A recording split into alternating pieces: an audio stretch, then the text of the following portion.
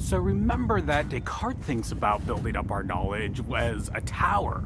And he says, look, if you've got bad, false beliefs at the bottom of that tower as a foundation, then everything you build up on top of that might be uncertain. So his strategy is just knock down the entire tower of beliefs, don't trust any of them, and then try to build back and only start with beliefs that you can't possibly doubt. Now, we saw Descartes' strategy kind of went down in flames, and so you might try and cast around and try to figure out some better way of figuring out which of your beliefs are false and which of your beliefs are true. So here's my recommendation. Instead of thinking about your beliefs as this tower of knowledge in which we build up from basic foundational beliefs, new beliefs on top of them using deductive logic or even inductive reasoning, instead let's think about our beliefs, all the beliefs that we have, as kind of a raft that's keeping us afloat on the sea of experience. So you might think of it, I don't know, as a raft in the snow. I'm doing my best here.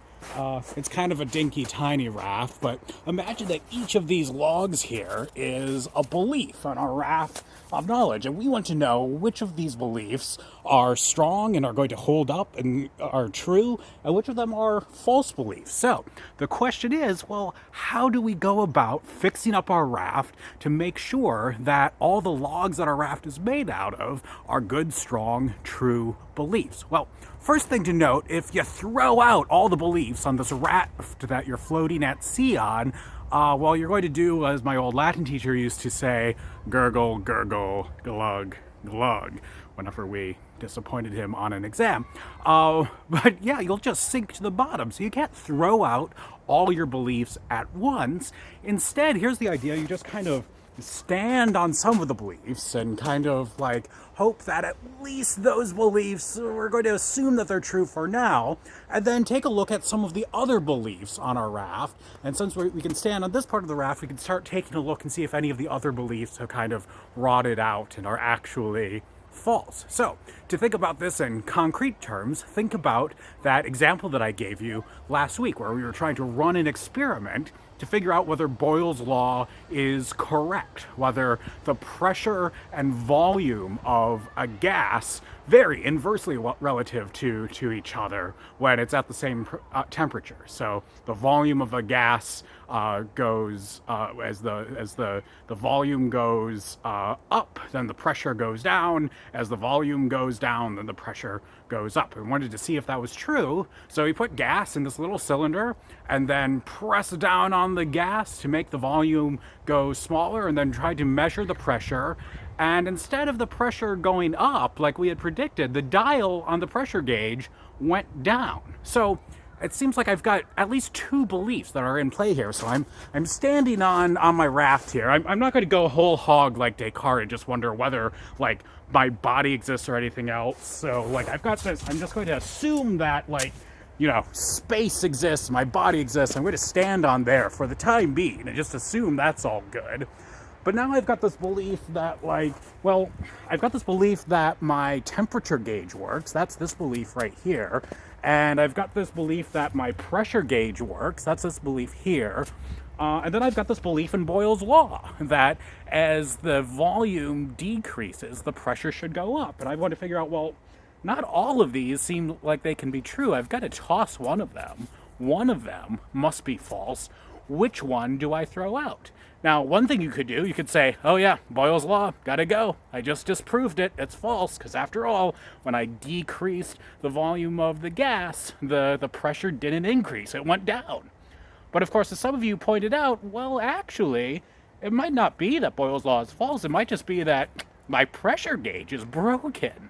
So even though I saw the pressure gauge indicate that the pressure had gone down, it might just be, I've got a faulty pressure gauge.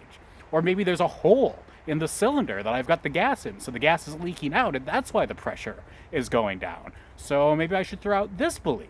But now I've got a sticky situation. I'm examining all these different beliefs, and I could keep some of them, I could throw some of them out, and you'll want to know, well, which one should I hold on to, and which ones should I throw out?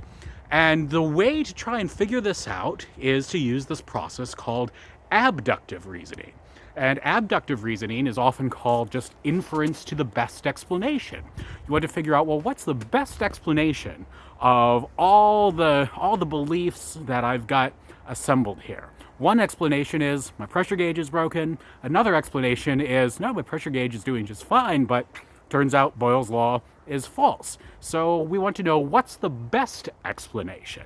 Well, here's what we might want to do. We want to just kind of look at all of our beliefs here and see, well, what's the best way of arranging all of those beliefs? What's going to make the most sense of everything that we've observed, not just in the experiment we've done right here, but also the fact that we know that lots of other scientists have done similar experiments and they seem to believe that Boyle's law is true.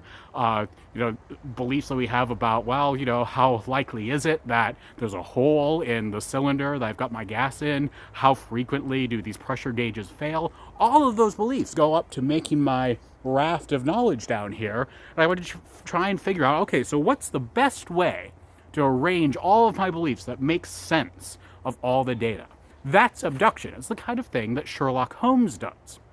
And what we're doing in the reading this week is taking a look at some principles of how you can undertake an abduction. So what Quine and Ulian are doing in that reading is giving you 5 different virtues, good things that an explanation or a hypothesis might have. And by an explanation or a hypothesis, they just mean, well, a way of arranging all of your beliefs down there. There's lots of different ways you could arrange it. You want to know, well, which way of arranging your beliefs is correct. And they say, well, there's going to be these 5 things that make one explanation better than another explanation, and that's how we should decide. Now, of course, there's always a possibility that you get the wrong explanation, so there's always the possibility that you're wrong about stuff, but that's why it's nice that you're on a raft here. So I might have just been making some false assumptions. I might throw out the idea that Boyle's law is false and figure, oh, okay, my pressure gauge, it was broken. Okay, so that's my pressure gauge is broken. Okay, now I'm going to assume that that's correct. I'm going to go over here and stand up here. Now I can look at all the rest of my beliefs and say, okay, so are there any other of my beliefs that might be open to doubt? I don't know, maybe I should go over here and start questioning whether, the pressure gauge actually exists, whether time and space actually exist. Now I can do this, but I don't have to just throw out all my beliefs from scratch and build up without anything to stand on. No, I just keep rearranging all of my beliefs and keep trying to make my raft stronger and better put together. And the hope is that even any one construction of the raft might have some rotted boards in it. There might be some false beliefs. You hope if you keep moving around on your raft, taking some beliefs for granted while you take a look at whether the others are true or false, and then standing back over on the ones that you just have now reason to believe are good and strong, going back and looking at the ones that you were standing on before and seeing, ooh, were there some rotted false beliefs over there? The hope is that if we keep doing this, if we keep, for example, engaging in doing science, eventually we'll get a raft that is stronger and stronger and better put together, so that in the end, way in the future, when we've done all the science possible, we'll have a raft that's built out of logs that are completely true, and we won't have any false beliefs in there. So that's the strategy. That's the best thing I've got to recommend to you. So it's you pay a high price. You're never going to get absolute certainty that you can trust that all of your beliefs can't possibly doubt it. You're never going to get that thing that Descartes was after. But it gives you a practical way of getting through the world and figuring out, despite all the evidence you're getting, just which of the beliefs you have are true and which are false.